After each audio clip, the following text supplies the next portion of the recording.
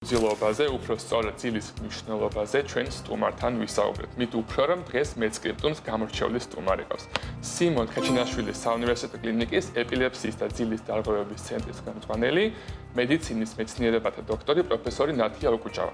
საბატონო ნათია. მოგესალმებით. სტუმრეთ და დავისაუბრეთ ისეთ თემაზე, რომელიც მე მგონი ყველას გიკავშირდება, ხო, ძილზე და მეც პირველი კითხვა მინდა რომ დავსვამ უკვე, რომ პირადად მე ვარ ძალიან ოღონდ მნიშვნელოვანი იმ ნაწილში, რომ სულ წარეული მაქვს ძილი და ჩემი პირადი ტკივილი არის ეს და მაინტერესებს რამდენად ვაზიანებთ ჩვენს ორგანიზმს, როცა ყოველდღიურად ძილს ვაკლებთ. ცხადია, ჩემი პასუხი მოულოდნელი არ იქნება, რომ გითხრათ, რომ ეს არ არის ნამდვილად კარგი ორგანიზმისთვის. თან თქვენ ესეთი ძალიან მნიშვნელოვანი რამ თქვით, როდესაც რეგულარულად, მუდმივად, იმიტომ რომ პრინციპში ძილის დარღვევა, განიხილება როგორც დარღვევა და სამედიცინო პრობლემა, მაშინ როდესაც ეს არის ქრონიკული ხასიათის. ნუ აი უძილობაზე თუ შევჩერდებით, მაგალითად ითვლება თანამედროვე განმარტებით, რომ თუ ადამიანს დარღვეული აქვს უჭირს ჩაძინება, ძილის მთლიანობის შენარჩუნება და რაოდენობის შენარჩუნება, საათების რაოდენობის კვირაში 3-ჯერ მაინც და უფრო ხანგრძლივად ვიდრე 3 თვის განმავლობაში, მაშინ ეს უკვე ითვლება სამედიცინო პრობლემა. თორე ხა 1-2 უძილო ღამე ახლა ყველას გვაქვს. ხო, მართალია. რაც მინდა ამ თემაზე ასევე ვკითხოთ არის, რომ რამდენად სწორი დამოკიდებულება არის, რომ შეგვიძლია აღვიდგინოთ დაკარგული საათები ძილში, რომ თქვათ, რამდენიმე დღე უძილობა გადავაბით, ასე რომ თქვათ, ტერმინად და შემდგომ დავიძინეთ 10-12 საათი და ამით განსხვავდეთ. იცით რაშია საქმე? ძილის მხოლოდ ხანგრძლივობა და რაოდენობა არ არის მნიშვნელოვანი. ძილის ციკლი, ეგრეთ წოდებული ცირკადული რიტმი, უფრო სწორედ ძილღვიძილის ციკლი არის საფუძველი ჩვენი ჯანმრთელობის, იმიტომ რომ თითოეულ ორგანიზმს, ყველას ჩვენ და არა მარტო ჩვენზე ბევრად უფრო მარტივ ორგანიზმებს და თითოეულ უჯრედსაც კი აქვს თავისი ბიოლოგიური რიტმი, ეგრეთ წოდებული ძილღვიძილის ციკლი. აი ეს ცირკადული რიტმი ოდნავ ასწდება 24 საათიან აი ამ რიტმს დღეღამისა და ჩვენი ორგანიზმი ესეთ რისეტს აკეთებს ყოველ ჯერზე, რომ აი ეს 1-2 წუთი ასე ვთქვათ დაარეგულიროს და ჩვენ ვიყოთ ჰარმონიაში აი ამ ჩვენს გარემოსთან. და რეალურად მთელი ჩვენი ორგანიზმი აწყობილია გათენებაზე და დაღამებაზე და ეს არ არის მხოლოდ აუშვათ თავის ტვინის დავიძინე ან გავეღვიძე. ეს არის ყველა სისტემები, იქნება ეს ენდოკრინული, საჭმლის მომნელებელი სისტემა, ეგრეთ წოდებული ვეგეტატური სისტემა თუ ასე შემდეგ. ასე რომ ჩვენ ისეთ შეგვაქვს დისონანსი აი ამ ჰარმონიაში და გვძინავს მაშინ როცა უნდა გვეღვიძოს და გვიძავს მაშინ როცა უნდა გვეძინოს, ნამდვილად ვუშავებთ ამით ჩვენს ორგანიზმს. ვაზიანებთ. ხშირად არის ხოლმე რომ აი უძილობა გგონია ჩვენი ბრალი, ან ადრე არ დავწექით, ან ტელეფონში დიდხანს ვიყავით და ეკრანის გამოსხივების გამო, მაგრამ ხანდახან როგორც ვიცი, არ შეიძლება რაიმე ტიპის მდგომარეობასთან შეიძლება დაავადებასაც ახლდეს უძილობა. მე მსმენია, რომ აი მენსტრუალური ციკლის დროსაც, ან მენოპაუზის დროსაც არის ხოლმე ეს დამახასიათებელი. როდის უნდა მივხვდეთ, რომ ჩვენი ბრალი აღარ არის და უკვე რაღაცა დაავადების ან რაიმე სიმპტომი არის, რომელიმე სხვა მდგომარეობის. ხო, ძალიან საინტერესო რამ თქვით ახლა სხვათა შორის ისტორიულად აი რომ დავიწყოთ აი ძველი ეგვიპტიდან, შემდეგ საბერძნეთიდან და აღორძინების ხანას რომ მივყვეთ, ყველგან აღენიშნება აი ეს ძილის დარღვევა, ყველგან ფიგურირებს და რაღაცა ძიება იმისა თუ რა მნიშვნელობა აქვს ძილს. და სხვათა შორის ესეთი არამედიკამენტური ქცევითი მკურნალობის მეთოდები, რომელიც ახლა ძალიან აქტუალურია და რეალურად რაღაც მე-20 საუკუნის დასაწყისამდე ყოველთვის ძილის დარღვევა განიხილებოდა როგორც სიმპტომი, რაღაცა ნიშანი სხვა დაავადების, სხვა დარღვევის, რაც არ არის არალოგიკური, იმიტომ რომ ძალიან ბევრ დაავადებას, მაგალითად მენტალურ დაავადებას, დეპრესია იქნება, ეს თუ შფოთვა იქნება, ახასიათებს ძილის დარღვევა. ნუ გარდა ამისა, იცით რა, ნებისმიერმა დაავადებამ, რამაც შეიძლება დაარღვიოს ჩვენი ძილი, აი მაგალითად ტკივილმა, ხო? იქნება ეს სახსრების ტკივილი, თუ თავის ტკივილი, თუ აი ეგრეთ წოდებული გულძმარვა, რომელიც ღამე განსაკუთრებით არის გამოხატული, ხო? ყველაფერმა ამან შეიძლება დაარღვიოს ჩვენი ძილი, მაგრამ იცით მე-20 საუკუნეში, როდესაც დაიწყეს უკვე უფრო და გაჩნდა საშუალებები, რომ უფრო ჩაღრმავებულად გვეკვდია ძილი და ის თუ რა ხდება ჩვენი ძილის დროს და ძილის სტრუქტურები, ძილის ფიზიოლოგია, აღმოჩნდა, რომ რეალურად ძილი და ძილღუძილის ციკლი არის ისეთი მდგომარეობა, რომელიც თავისთავადაც შეიძლება დაირღვეს და წარმოადგენდეს ცალკე დაავადებას და უზარმაზარია ძილის დარღვევის კლასიფიკაცია რო შეხედოთ. ეხლა თუ ჩვენ კონცენტრირდებით უძილობაზე, იცით რა, ყველა ადამიანს აქვს რაღაც ესეთი ფსიქოფიზიოლოგიური განწყობა ძილის ესეთი ღრმა ძილის ან უფრო ზერელე ძილის მიმართ. ეს დამოკიდებულია ჩვენს მედიატორებზე, ჰორმონებზე, თავის ტვინის აქტივობაზე, ასე რომ მართლა რო იტყვიან, რომ ზარბაზანი რო გაისვრის, ვერ გაეღვიძება ადამიანს ისეთი ღრმა ძილი აქვს, ან პირიქით. ზერელე ეს მართლაც ასეა, ასე რომ ყველა ადამიანი არის გარკვეულად განწყობილი ან მეტად ან ნაკლებად უძილობის მიმართ და უძილობა შეიძლება იყოს თანხლებული სხვადასხვა დაავადებებით და ჯდებოდეს, როგორც ასე ვთქვათ, ფაზლი აი ამ დაავადების სტრუქტურაში, მაგრამ ასევე ხშირად არსებობს როგორც ცალკე მდგომი აი დარღვევა და ამიტომ შეიძლება უბრალოდ ისე დაირღვეს, რომ ჩვენც არაფერ შუაში არ ვიყავთ. იცით რა არის? არსებობს ესეთი კლასიკური, ეგრეთ წოდებული სპილბერგერის მოდელი, სამკომპონენტიანი უძილობის ჩამოყალიბების. ჩვენ თუ წარმოვიდგენთ, რომ არის რაღაცა ზღვარი, რაღაცა ნიშნული, რომლის მერეც ყალიბდება უძილობა, სამი კომპონენტია საჭირო, რომ მოხდეს აი ამ უძილობის ჩამოყალიბება. ერთი აი ეს ჩვენი განწყობა, რამდენად მაღალია, რამდენად ახლოს არის ამ ნიშნულთან.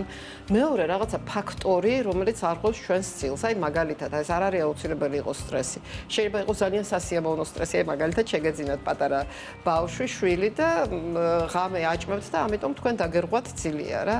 და მესამე ფაქტორი ეს არის აი ამ უძილობის გამამყარებელი უკვე ჩვენი ქცევა.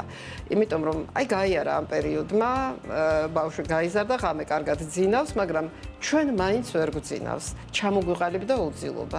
მერე ჩვენ ვიწყებთ უკვე რაღაცა ესეთი კონტრზომების მოფიქრებას, აი რა გავაკეთო, რომ კარგად დავიძინო, მაგალითად დავწვევი 10 საათზე და წრიალებთ მერე 12 პირველ საათამდე, ანუ უზარმაზარ დროს ვატარებ საწოლში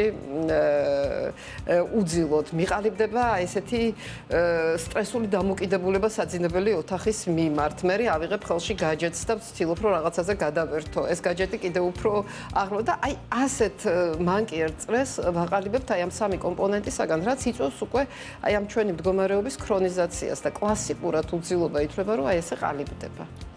რაც აუცილებელია ასე ყურადღება გავამახოთ, არის რომ რაც თქვით, ყველა ადამიანი განსხვავდება მათი პირადი წინა განწყობით ძილის მიმართ და ასევე განსხვავება არის თუ როდის ურჩევნიათ და შეუძლიათ მათ ძილი. იმიტომ ადამიანი ვინც ბუნებრივად ადრე დაძინება უფრო მათთვის არის კომფორტული და ჩვეული და ზოგს უფრო გვიან შეუძლია.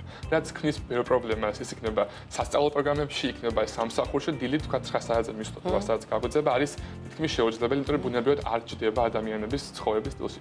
ამ პაციენტებზე როგორ მუშაობთ თქვა და უფრო მეტი ვისაუბროთ ამ რეალურ პრობლემაზე.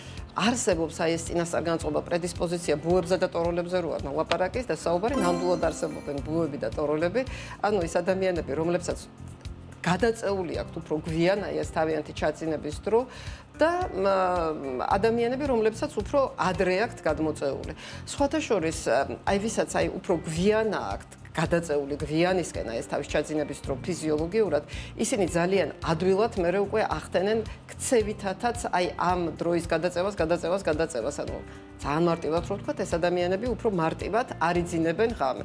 და სხვა შორის ესეთი ადამიანები კარგ თანამშრომლად ითვლებიან ესეთი მორიგეობით სამუშაოსთვის მაგალითად, როგორც ექიმები, სამედიცინო სფეროში, იმიტომ რომ ის ადამიანები, ვისაც აქვთ აი ესე უფრო ადრე ჩაძინების ფაზა, მათ ძალიან უჭირთ ღამისთევა და არ წარმოუდგენელია ძილის ნებისმიერი კონგრესი, სადაც ცალკე სესიები არ ეძღვნებოდეს აი ამ ეგრეთ წოდებულ shift works, ანუ მორიგეობით სამუშაოს, ან თუ გინდ სკოლის დაწყების დროს. აი ახლა ჩვენთან ეს იმდანაც მწვავედ ეს პრობლემა არ დგას, მაგრამ მახსოვს იყო ძალიან სერიოზული განხილვა გერმანელი მეცნიერების ესეთი კვლევა იყო იმასთან დაკავშირებით, რომ მოგეხსენებათ გერმანიაში ძალიან ადრე იწყება სწავლა და ამ ბავშვების მოსწრება იყო საკმაოდ პრობლემური და როდესაც ჩატარდა ესეთი ექსპერიმენტი, რომ სულ რა ვიცი 9 საათი თუ 45 წუთით გადაწიეს დაიწყეს აი ამ გარკვეულ კლასებში აი ამ სწავლის დაწყება, იქ ბევრად უფრო გაუმჯობესდა აი ეს აკადემიური მიღწევები. და უკვე სოციოლოგებმა როდესაც ნახეს და დაიწყეს ამ მიზეზების კვლევა, აღმოჩნდა რომ ამაში ჭყალებში დამნაშავე იყო ეს ინდუსტრიალიზაცია და ტექნიკური პროგრესი, გაჩნდა ელექტრული შუქი, ელექტრული განათება, ხელოვნური განათება, რამაც გამოიწვია ის, რომ უკვე ძილი და ღვიძლი არ იყო და ყოფა არ იყო მიბმული გათენებაზე და დაღამებაზე, გაჩნდა სწორედ მაშინ სვლაში სამუშაო, მეორე მხრივ გაჩნდა აი ესეთი სოციუმი, ცხოვრება, თეატრები, ღამეგვიან შეკრება ადამიანების და იყო რიგი ადამიანების, რომელიც აი ამ მიმართულებას და აი ამ ასეთ ცხოვრების სტილს მისდევდა და ამან ძალიან გააღრმავა ძილის დარღვევები და სწორედ მაშინ აი უკვე მე-20 საუკუნის პირველ ნახევარში გერმანიაში გაჩნდა აი ესეთი მიმართვიანობა ექიმებთან ძილის დარღვევის გამო ეს დაფიქსირდა სხვა შორის მაშინვე სამწუხაროდ დაიწყეს ძალიან ფართე გამოყენება და შემუშავება ეგრეთ წოდებული საძილე წამლების, ანუ იმ წამლების, რომელსაც ჰქონდა საძილე ეფექტი და ეს იყო ბრომი ძირითადად და ეს იყო ბენზოდიაზეპინები, რომელიც ნამდვილად ორლესული მახვილია და ძალიან საშიში აღმოჩნდა შემდეგ. ოპიუმი ასევე გამოიყენებოდა როგორც უწყინარი საძილე წამალი და საშუალება და მაშინვე გაჩნდა სწორედ ეს სამი რვიანის, ასე ვთქვათ, პრინციპი, რომელსაც აქამდეც იყენებენ პროფკავშირები თუ სხვა, აი ეს 8 საათი ძილი, 8 საათი მუშაობა, 8 საათი დასვენება. შემდგომი ეტაპი უკვე როცა ჩამოაყალიბეთ პრობლემა არის ამისი მოგვარების ფაზები, ერთ-ერთი რასაც ყოველთვის გვირჩევენ არის ძილის ჰიგიენის გამოსწორება. ერთსა და იმავე დროს დაძინება, ძილამდე რამდენიმე საათით ადრე კვების შეწყვეტა, ვარჯიშის შეწყვეტა, ტელეფონის გადადება, რაც კარგია, ნამდვილად ეფექტურია, მაგრამ ძალიან რთულია რეალურ ცხოვრებაში. იმიტომ რომ სამუშაო საათების არ შეგვიძლია ვარჯიში ან ჭამას ვერ ვასწრებს და საღამოს გვიწევს. და არის უფრო მარტივი და ყოველდღიური მეთოდები, რომ უფრო ნაკლებ სტრესულად შეუძლოთ გამოსწორება ძილის მაგალითად. ეს დამხრივ საიმედოს ვერაფერს გეტყვით, იმიტომ რომ დაწყებული ზუსტად აი ამ ძველი ჩვენ წელთაღრიცხვამდე ჰიპოკრატეს რჩევებიდან დამთავრებული თანამედროვე გაიდლაინით უძილობის და ძილღვიძლის ციკლის დარღვევისა, მაინც აი ეს ქცევითი თერაპია და ქცევითი მეთოდები არის წამყვანი, იმიტომ რომ რეალურად რა არის, ეს არის ჩვენი ცხოვრების წესი. ძილი არის ჩვენი ცხოვრების ნაწილი. 60 წელიწადიდან, რომელსაც ჩვენ ცოცხლობთ, აი მე 60 ვიცოცხლებ, 20 წელიწადი ჩვენ გვძინავს. რაც ძალიან სამწუხაროა და დასანანია, იმიტომ რომ ეს ჩვენი ცნობიერების მიღმარჩება, მაგრამ ეს რო საჭირო არ იყოს, ასე ნამდვილად არ იქნებოდა და აი ის, რასაც ძველ ეგვიპტეში ამბობდნენ, რომ ძილი ეს არის ჰარმონია ადამიანისა თავის სხეულთან და ბუნებასთან, ეს ნამდვილად ასეა. ასე რომ ისევ და ისევ აი ეს უძილობის და ძილღვიძლის ციკლის დარღვევის მართვა ეყრდნობა აი ამ არაფარმაკოლოგიურ მეთოდებს, სხვათა შორის, რომელიც არის ძალიან ისე კარგად სტრუქტურირებული 6-7 სესიად და რაც შემიძლია გითხრათ, რაც ძალიან გაგიადვილებთ, არის ის, რომ არსებობს ძალიან კარგი აპლიკაციები, რომლითაც თქვენ ონლაინ შეგიძლიათ აი მიყვეთ აი ამ თერაპიას და ძალიან აადვილებს აი ამას ყველაფერს. რაც შეეხება პრეპარატებს. ყველას უნდა რომ ქონდეს ჯადოსნურიები, მეც მერწმუნეთ, რომ შევთავაზო ეს ჩემ პაციენტებს, რომელსაც დალევს, იქნება აბსოლუტურად უსაფრთხო და კარგად დაეძინება, მაგრამ ეს ასე არ არის. როდესაც ჩვენ ლაპარაკობთ ფარმაკოთერაპიაზე, აი რა დაშვება გახდა ბოლო გაიდლაინში და მე ამას მივესალმები, გაჩნდა, ეს არის ის, რომ ფარმაკოთერაპიის მოკლე კურსი ძალიან მიზანმიმართული, ეს იქნება აი ამ ჩვენი ქცევითი თერაპიის დასაწყისში თუ შეიძლება რაღაცა შუა პერიოდში, ეს არის დასაშვები და ეს ეხმარება იმას, რომ რაღაცნაირად ჩვენ აი ამ არანორმალური ძილის პატერნიდან, ანუ ძილის ქცევიდან გადმოვხდეთ ნორმალურზე, იმიტომ რომ აი თქვენ რაც თქვით, რომ ეს სტრესულია, აი ნამდვილად სტრესულია და სხვა შორის ამ ბოლო მოსაზრებაში და გაიდლაინში პირველად გაჩნდა და ძალიან მომეწონა ეს ტერმინი არაფარმაკოლოგიური ქცევითი თერაპიის გვერდითი ეფექტი. იმიტომ რომ გვერდითი ეფექტი წამალსაც შეიძლება ქონდეს და იმასაც რომ ადამიანს ეთქვი, რომ ეხლა შენ 4 საათზე რო დაწვევი 7 საათზე დაიყენე მაღვიძარა და გინდა არ გინდა გაიღვიძე 7-ზე, ამას ქვია ძილის რესტრიქცია და საბოლოოდ ყველაზე ეფექტური ეს არის და მე მთელი დღის განმავლობაში არ დაიძინო. რა თქმა უნდა, ეს დღეები ამ ადამიანისთვის იქნება ძალიან ძიმე, ხო? ანუ ეს არის გვერდითი ეფექტი და ჩვენ აი ესეთი მიზანმიმართული ხანმოკლე ფარმაკოთერაპიით რაღაცა აი ეს მომენტები შეგვიძლია ადამიანებს გაუადვილოთ, მაგრამ აი ესეთი ერთბაშად, ერთიანი და ხანმოკლე და ეფექტური გადაწყვეტა სამწუხაროდ ჯერჯერობით არ ჯერჯერობით არ არის ჯადოსნური აბი. არ არის ჯადოსნური აბია. ბოლო კითხვას უბრალოდ რჩევას კითხავთ, რა რჩევას მიცემთ ჩვენს მაყურებელს, ვისაც თუნდაც საიძილის ციკთან დაკავშირებული ან უძილობასთან დაკავშირებული რაიმე ტიპის პრობლემა აქვს. მე ვფიქრობ, რომ უმეტესად აი ეს ძილის პრობლემის მოგვარების სურვილი ხშირად გავს წონაში დაკლების სურვილს, რომ ადამიანს უნდა რომ ერთ კვირაში დაიკლოს, მიაგნოს ჯადოსნურ დიეტას, რომ ერთი კვირა გაწოვდეს და მერე ჭამოს რამდენიც უნდა დაკლებული ხონდეს 10 კილო და იყოს კარგად. რეალურად მე ბევრ რამეში აი ამ საჭმლის მონელების ციკლსა და ძილღუძილის ციკლს ეს მართლა ერთმანეთთან დაკავშირებული არის და ვამსკავსებ ეს არის ჩვენი ორგანიზმის რაღაც აი არსებობის და სიცოცხლის ძალიან მნიშვნელოვანი ნაწილები და ამიტომ პირველი შეშინდებიან გადავლენ რაღაც ესეთ სტრესულ მდგომარეობაში და პანიკაში, განეწონ იმისთვის, რომ ეს აუცილებლად მოგვარდება, მაგრამ ეს არის რაღაც გარკვეულწილად დროში გაწელილი ნაბიჯ მისაყოლი პროცესი და ეცადონ, რომ ეს ონლაინ იქნება თუ პირისპირ, მაინც რაღაც კომპეტენტურ რჩევებს მიყვენ და კომპეტენტური ესეთი გაიდანსი, არ ვიცი, ხო უცებ არ მომივიდა აზრად ქართულად როგორ თქვა, აი ესეთი მეთვალყურეობა თუ რჩეველი ყავდეს, რომელიც აი ამ პროცესში მათ მიყვებათ და გაუადვილებთ ამას ყველა. აი ეს ახალი ბეჭდები რამდენიც ზომავენ ძილის ფაზებს და ზოგი არამედ ფაზებსაც კი ზომავთ, თქვა რემძილის ფაზებს და ასე შემდეგ. რამდენად სანდოა თქვენი გამოსილებით ეს ტექნოლოგიები და თუ ურჩევთ მათ თქვენ პაციენტებს? ისეთ რა ერთ რამაზე შევთანხმდეთ ძალიან ეფექტურია ეგრეთ წოდებული active watch-ები, რომელიც ასევე საათებია და რა თქმა უნდა ჩვეულებრივმა დიგიტალურმა საათმა შეიძლება ეს active watch-ის ელემენტები აიღოს და ეს გააკეთოს ძალიან სანდო და კარგად და ეს active watch-ი არის იდეალური რისთვის, რომ აი სწორედ ჩვენი ძილ-ღვიძილის ციკლს ზომავს.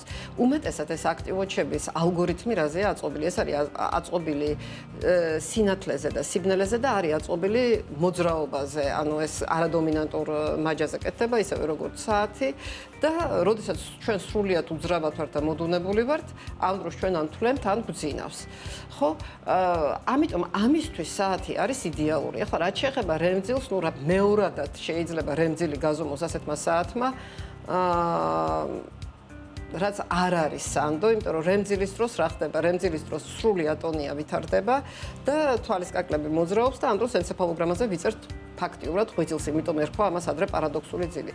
მე ნაკლებად წარმომიდგენია, რომ ზოგადად ძილის ფაზები და ძილის სტრუქტურა, რომლის გაზომვა, გაშიფრვა და ასე ვთქვათ, სტადიებად დაყოფა ეყრდნობა ელექტროენცეფალოგრაფიას. ეს არის სრულებით ელექტროენცეფალოგრაფია და მიოგრაფია, კუნთური აქტივობა და თავის ტვინის გარკვეული აქტივობა, რომელიც ძალიან ისეთი რთული და სპეციფიკური გასაშიფრია.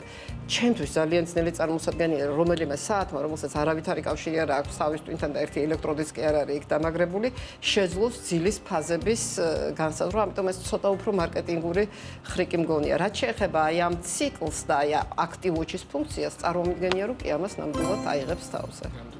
უღმესი მადლობა. ასე ინტერესო შეხვედრა იყო. ჩვენც ვესტებით გავეთვალისწინებთ. ვესტებით რა. მდგომარეობაც გავავალ. ეცადეთ. დიდი მადლობა. მადლობა.